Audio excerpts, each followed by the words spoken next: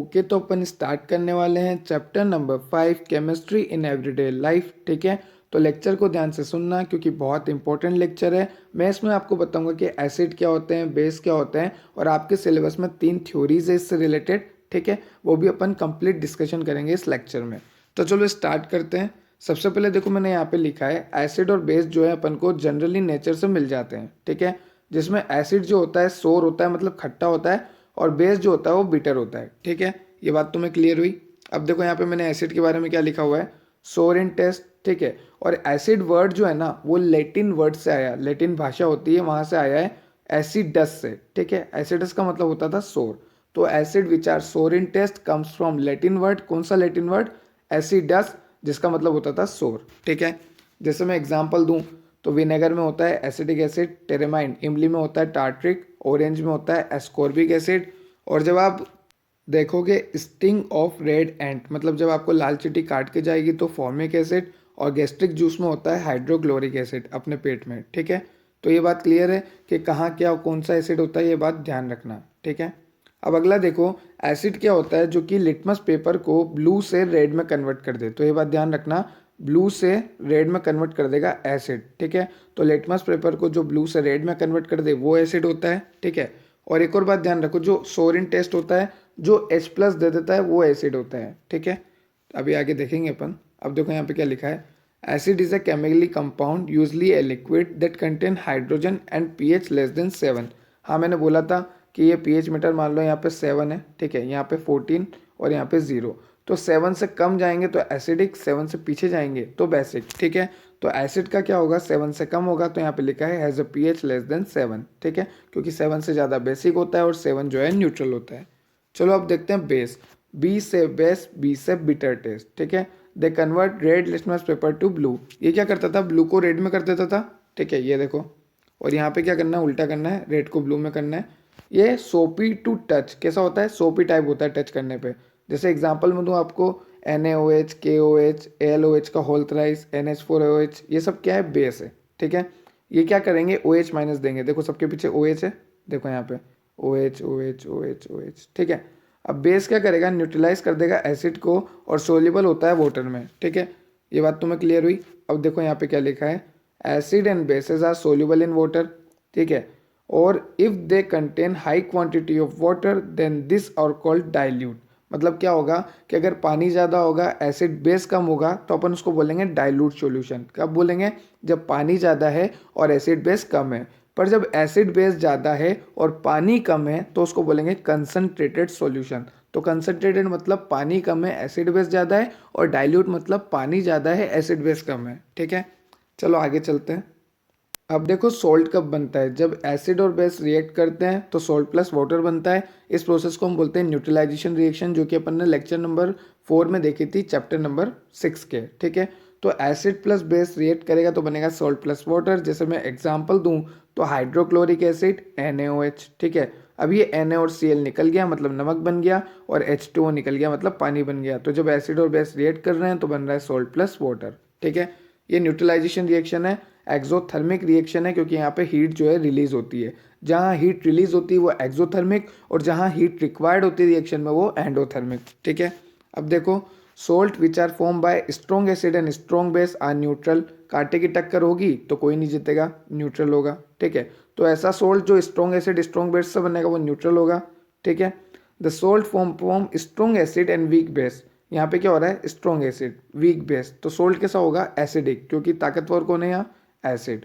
ठीक है, और अगर वीक एसिड होगा और स्ट्रॉन्ग बेस होगा तो सोल्ट कैसा होगा, सीधी सी बात है, बेसिक होगा, क्योंकि यहाँ पे बेस कैसा है, स्ट्रॉन्ग। तो जो स्ट्रॉन्ग है उसी की तरफ झुक जाती है दुनिया। ठीक है, तो स्ट्रॉन्ग एसिड होगा तो एसिडिक सोल्ट होगा, स्ट्रॉन्ग बेस होगा तो बेसिक सोल्ट होगा।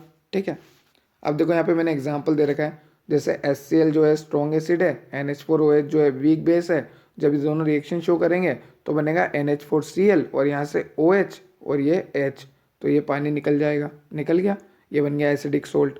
अब यहाँ पे मैंने ले लिया वीक एसिड और स्ट्रॉन्ग बेस, तो कैसा सोल्ट बनेगा, बेसिक। क्यों, क्योंकि स्ट्रॉन्ग बेस है और वीक एसिड है। ठीक है, इस तरह से आपको रिएक्शन करानी है, ये बात ध्यान रखना। HCl जो होता है स्ट्रॉन्ग एसिड होता है, एसिडिक एसिड जो है वीक एसिड होता है, ये वीक बेस होता है, और NaOH जो है स्ट्रॉन्ग बेस होता है।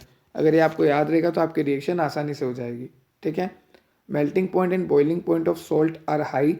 जो भी सोल्ट बनता है उसका मेल्टिंग पॉइंट बॉइलिंग पॉइंट ज़्यादा होता है। साथ ही साथ generally they are found in crystalline form. किस फॉर्म में मिलता है? क्रिस्टलाइन फॉर्म में मिलते हैं। ठीक है। और क्रिस्टलाइन फॉर्म में जो सोल्ट बनता है उसमें क्रिस्टलाइन वाटर भी प्रेजेंट होता है। ठीक है। अब देखो यहाँ पे लिखा है number of water molecule attach with the unit formula of salt. ठीक है। मान लो क्रिस्टल ऑफ सोल्ट है, उसमें कितना नंबर ऑफ वाटर मॉलिक्यूल है, उसी को आप क्या बोलोगे? Water of crystallization. ठीक है। तो ये डेफिनेशन याद रखना, number of water molecule attach with the unit formula of salt. मतलब हमारे सोल्ट के साथ कितने वाटर मॉलिक्यूल अटैच है उसी को अपन क्या बोलेंगे? Water of crystallization. ठीक है। अब देखो, means when salt crystallize water evaporate. यहाँ पे क्या होता है? जब सोल्ट क्रिस्टलाइज होना स्टार्ट होता है तो वाटर जो है भाप बन के निकलने लग जाता है। ठीक है। जैसे अगर मैं एग्जांपल दूं, Na2CO3.10H2O। ठीक है। तो Na2CO3 क्या है? सोल्ट। और 10H2O क्या है? पानी। और इस पानी को अपन को भाप बन के निकालना है, क्योंकि ये सोल्ट जो है क्रिस्टलाइज फॉर्म में जा रहा है तो पानी जो है निकल जाएगा भाप की फॉर्म में। तो देखो यहाँ पे लिख रखा है मैंने, Here 10 molecule of water are present in the form of water of crystallization। यहाँ पे कितने मोलिक्यूल है वाटर के? 10 मोलिक्यूल वाटर के प्रेजेंट है। किस फॉर्म में प्रेजेंट है? वाटर ऑफ क्रिस्टलाइजेशन की फॉर्म में। यहाँ पे मैंने बता रखा है, देखो 10 मोलिक्यूल वाटर के प्रेजेंट है। ठीक है। सोडियम कार्बोनेट सोल्ट के साथ। ठीक है। किस फॉर्म में प्रेजेंट है? Water of crystallization. और एग्जाम्पल देख लो, जैसे COSO4.12H2O, इसको बोलते हैं POP, प्लास्टर ऑफ पेरिस। ठीक है। और जो एलम होता है, फिटकरी बोलते हैं जिसको, तो उसका फॉर्मूला है K2SO4 डॉट Al2SO4 का होल थ्राइस, 3 को थ्राइस बोलते हैं। ठीक है।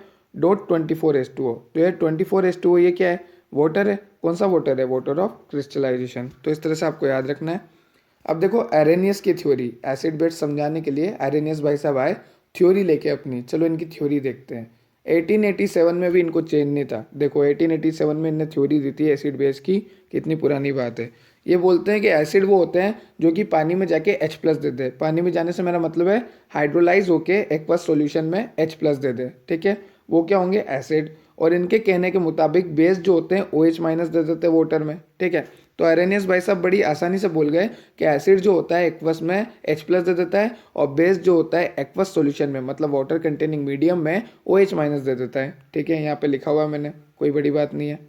अब देखो आगे, जैसे मैं एग्जांपल दूं तो HCl तो H+, Cl-, HNO3 तो ये H+, NO3-, H2SO4 तो H+, SO4-2, CH3COOH तो CH3COO negative H+।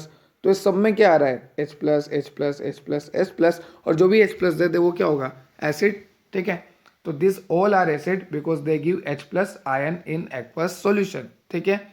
Here free proton that is H+ is more reactive when it combine with H2O। जब H2O के साथ कंबाइन होगा H+ तो बनाएगा हाइड्रोनियम आयन। क्यों होगा H2O के साथ कंबाइन? क्योंकि भैया एक्वस मीडियम है तो वाटर के साथ तो कंबाइन होगा ही सही। ठीक है। तो H+ बनेगा, और H+ जब वाटर के साथ कंबाइन होगा तो बनेगा हाइड्रोनियम आयन। ठीक है। H3O+ को क्या बोलते हैं? Hydronium ion. अब देखो मैंने लास्ट लेक्चर में भी बोला था, जो स्ट्रॉन्ग एसिड होते हैं वो कंप्लीटली आयोनाइज हो जाते हैं वाटर में। ठीक है। कंप्लीटली आयोनाइज से मेरा मतलब है कि सारे के सारे H+ वो डोनेट कर देते हैं। जैसे HCl हो गया, HNO3 हो गया, H2SO4 हो गया। ठीक है। तो स्ट्रॉन्ग एसिड जो होते हैं कंप्लीटली आयोनाइज हो जाते हैं, और वीक एसिड जो होते हैं वो सारे के सारे H+ नहीं दे पाते, नॉट कंप्लीटली आयोनाइज। ठीक है। या कुछ तो जो होते हैं ना वो आयोनाइज ही नहीं हो पाते, वीक एसिड है तो आयोनाइज ही नहीं हो पाते। जैसे एग्जांपल मैं दूँ तो CH3COOH, H2CO3। ठीक है। तो ये एग्जांपल भी याद रखना कि strong acid HCl, HNO3, H2SO4, weak acid CH3COOH मतलब एसिडिक एसिड, और H2CO3। ठीक है। तो स्ट्रॉन्ग एसिड जो होते हैं कंप्लीटली आयोनाइज हो जाते हैं। अब देखो मैं बेस के एग्जाम्पल दूँ तो बेस क्या करता है? OH- देता है एरेनियस के according. OH K+ OH-, NaOH Na+ OH-, तो सब में OH- आ रहा है। ठीक है। जैसे इधर देखो CaOH को होल्ट वाइज तो Ca+2 2OH-, NH4OH तो NH4+ OH-, तो सब में क्या आ रहा है? OH- आ रहा है। तो देखो यहाँ पे वही बात लिखी है, they all are bases because they give OH- in aqueous solution. और स्ट्रॉन्ग बेस जो होता है सारे के सारे OH- दे देता है, मतलब कंप्लीटली आयोनाइज हो जाता है, जैसे KOH और NaOH। और जो वीक बेस होते हैं वो कंप्लीटली आयोनाइज नहीं हो पाते, जैसे NH4OH और MgOH का होल्ट वाइज। ठीक है। तो ये बात ध्यान रखना। अब एरेनियस क्या बोल रहा है, एरेनियस को अभी भी चेन नहीं है। According to Arrhenius on reaction of acid and bases, acid जो होता है H+ देगा, बेस जो होगा OH- देगा, और ये कंबाइन होते हैं, दोनों पानी बनाते हैं, ठीक है। और इस रिएक्शन को हम बोलते हैं न्यूट्रलाइजेशन रिएक्शन। क्या बोलोगे कि एरेनियस के अकॉर्डिंग क्या होता है, और यहाँ पे क्या होता है, हीट रिलीज होती है, इसलिए हम इसको बोलते हैं एक्सोथर्मिक इन नेचर, ठीक है। अब देखो यहाँ पे मैंने लिखा हुआ भी है H+ प्लस OH-, और दोनों मिलके क्या बना रहे हैं, वाटर, जिसको हम बोल रहे हैं न्यूट्रलाइजेशन रिएक्शन। और ये रिएक्शन जो है एक्सोथर्मिक इन नेचर होती है, क्योंकि यहाँ पे हीट जो है रिलीज होती है, ठीक। अब देखो यहाँ पे क्या लिखा है, Arrhenius concept is useful for those acid and base which give H+ and OH- ion, पर जो नहीं देगा उसके लिए क्या, ठीक है। तो ये लिमिटेशन है कि ये उसी के लिए एप्लीकेबल है जो एसिड H+ देता है, जो बेस OH- देता है, ठीक है। पर अब देखो, मान लो कुछ जो होते हैं लेस एसिडिक होते हैं, कुछ जो होते हैं लेस बेसिक होते हैं। और अभी अपन ने ऊपर देखा, यहाँ पे देखो मैं बताता हूँ आपको, कि जो लेस एसिडिक होते हैं, वीक एसिड होते हैं, वो कभी कभी तो आयोनाइज ही नहीं हो पाते, मतलब वो H+ दे ही नहीं पाते। तो जब वो H+ नहीं देंगे, इसका मतलब ये थोड़ी ना कि वो एसिड नहीं है, वो एसिड तो है। तो ये भी लिमिटेशन होगी अरे, कि जो वीक एसिड है उनका क्या, ठीक है, जो वीक बेस है उनका क्या, ठीक है, उनके बारे में कुछ नहीं बोला। इसने बोला कि वाटर में H+ दे दे, वाटर में OH- दे दे, पर वाटर सॉल्यूशन ही ना हो, कुछ अदर सॉल्यूशन हो। तो ये 3-4 जो है लिमिटेशन है अपने अरेनियस भाई साहब की, ठीक है। तो अब चलते हैं नई थ्योरी पे, क्योंकि ये तो हो गई पुरानी। अब आएगा Bronsted Lowry concept of acid and base.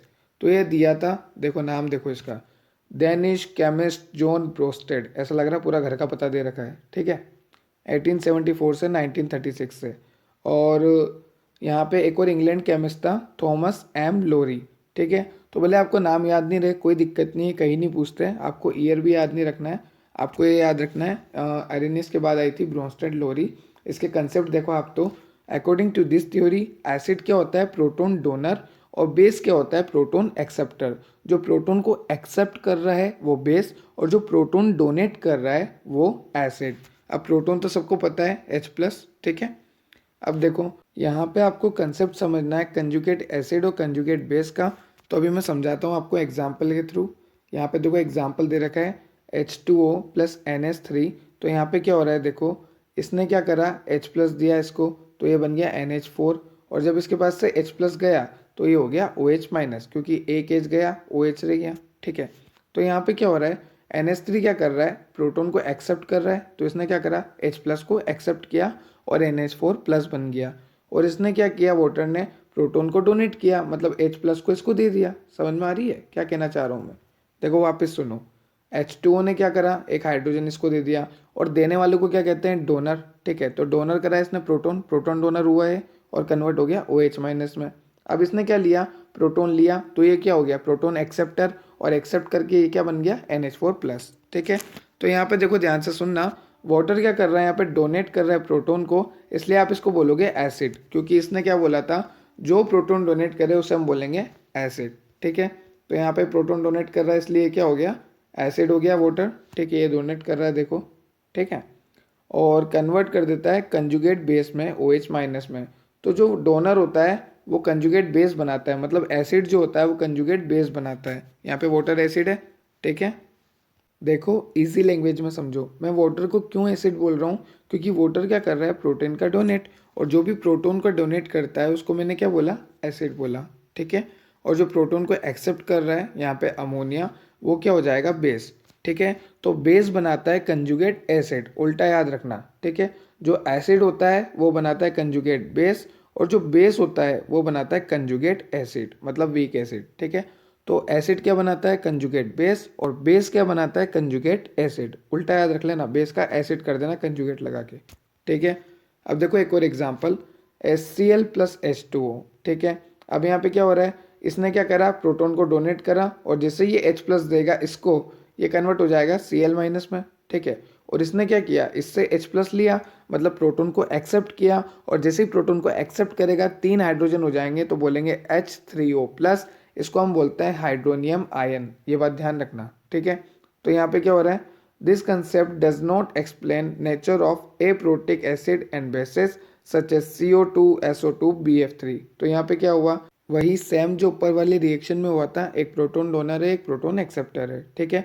तो ये कौन सा कंसेप्ट है, ब्रोंस्टेड लोरी कंसेप्ट। पर देखो इसकी limitation, this concept does not explain nature of aprotic acid, ठीक है।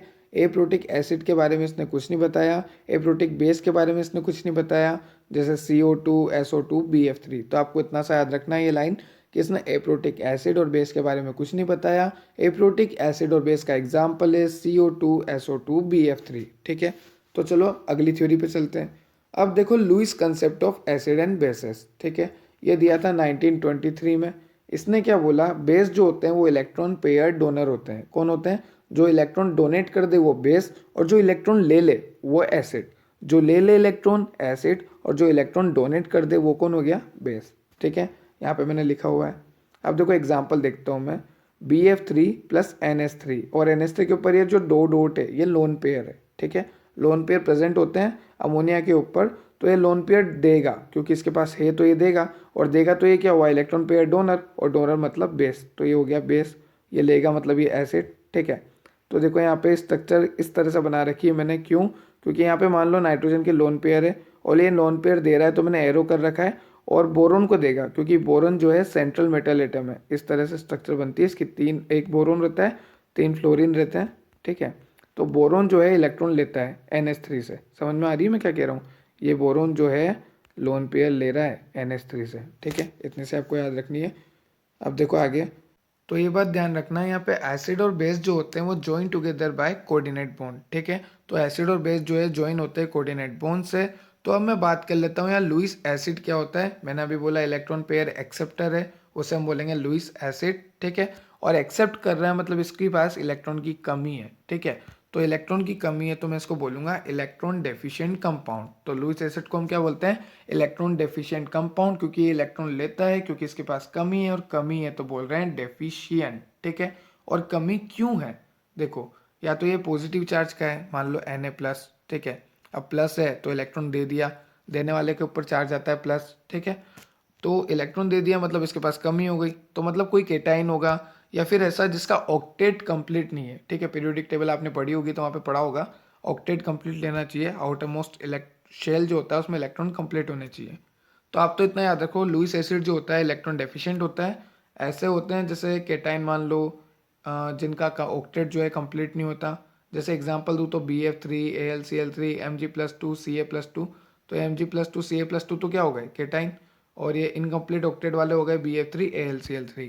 अब देखो लुईस बेस कौन होता है, जो कि इलेक्ट्रॉन रिच होता है, जिसके पास इलेक्ट्रॉन भर भर के होते हैं, तभी तो वो इलेक्ट्रॉन देता है, ठीक है। अभी अपन ने ऊपर देखा NH3, इसके पास इलेक्ट्रॉन ज़्यादा है तभी तो ये दे रहा है, ठीक है। तो यहाँ पे लिखा मैंने electron rich compound having lone pair of electron, जैसे वाटर NH3, OH-, Cl-, ठीक है। एनाइन है, क्या है ये, एनाइन मतलब नेगेटिव चार्ज रखने वाले। So the substance having H plus or OH minus are not only acid and bases. According to this concept, the acid and basis property of substance without hydrogen can also be explained. मतलब बिना hydrogen की भी हम acid और base की जो property है उसको एक्सप्लेन कर सकते हैं Lewis acid and base theory से। तो ये बात ध्यान रखना, यही इसकी इंपॉर्टेंट बात है, ठीक है। यहीं पे ये लिखी हुई है, ठीक है। अब देखो जनरल प्रॉपर्टीज एसिड और बेसिस की। अभी हमने देखा ऊपर एसिड क्या कर रहा था, जो कि ब्लू लिटमस पेपर को रेड में कन्वर्ट कर रहा था, और बेस क्या कर रहा था, जो कि रेड लिटमस पेपर को ब्लू में कन्वर्ट कर रहा था। अभी अपन ने ऊपर देखा था, ठीक है।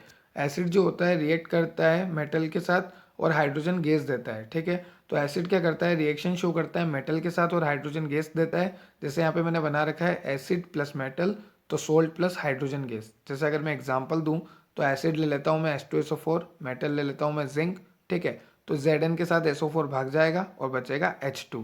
तो ZnSO4 प्लस H2, तो यहाँ पे H2 रिलीज होगी हाइड्रोजन गैस।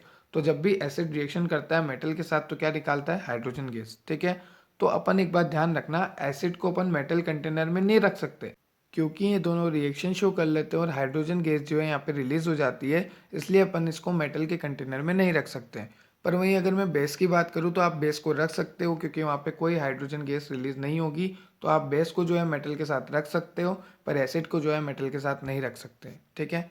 अब देखो metal oxide on treating with acid तो बनेगा सोल्ट प्लस वाटर। मान लो ये आपका एसिड, ये आपका मेटल ऑक्साइड, ठीक है। मेटल के साथ ऑक्साइड मतलब मेटल ऑक्साइड, तो बनेगा CuCl2 और H2O निकल जाएगा, ठीक है। अब देखो so metal oxide are basic in nature, और नॉन मेटल ऑक्साइड की अगर मैं रिएक्शन कराऊंगा बेस के साथ तो बनेगा salt plus water. Non metal oxide इसलिए हम क्या होते हैं, एसिडिक इन नेचर बोलते हैं, ठीक है। तो मेटल ऑक्साइड बेसिक होते हैं और नॉन मेटल ऑक्साइड एसिडिक होते हैं, इतना याद रखना है आपको। क्या बोलोगे, मेटल ऑक्साइड जो होते हैं बेसिक नेचर के होते हैं, नॉन मेटल ऑक्साइड जो होते हैं एसिडिक नेचर के होते हैं, ठीक है। यहाँ पे एग्जाम्पल देख लेना तुम, अगर देखना चाहो तो। सब में पानी और सोल्ट ही बन रहा है, ठीक है। The aqueous solution of all acid and bases are conductor of electricity. They are also used as a electrolytes. अब देखो गुड कंडक्टर ऑफ इलेक्ट्रिसिटी है कौन, एसिड और बेसिस के सॉल्यूशन, तो ये इलेक्ट्रोलाइट्स की तरह हम यूज लेते हैं, ठीक है। All acid lose their property on reaction with base and remain neutral, this reaction is known an neutralization reaction. अपन देख क्या रहे हैं, अपन देख रहे हैं जनरल प्रॉपर्टी एसिड बेस की, तो ये सभी अपन ने देख रखी है, ठीक है। अभी अपन ने देखा भी है न्यूट्रलाइजेशन रिएक्शन मतलब एसिड और बेस मिलके सोल्ट प्लस वाटर बनाता है, ठीक है। और अब यूजर्स दे रखे हैं तो आगे एग्जाम्पल है फर्दर, तो हम वहाँ पे एग्जाम्पल के साथ यूजर्स देख लेंगे। अभी हम नहीं देख रहे हैं एसिड बेस के यूजर्स, ठीक है। वहाँ पे एग्जाम्पल दे रखे हैं उसके साथ ही दे रखे हैं। Thank you so much, thanks for watching, keep support, thank you. ये था आपका लेक्चर नंबर 1 चैप्टर नंबर 5 का। अगर किसी को इस पीडीएफ की नीड है तो मेरे को इंस्टाग्राम की मैंने लिंक दे रखी है डिस्क्रिप्शन में, मैसेज कर देना, मैं उसको पीडीएफ शेयर कर दूंगा। Thank you.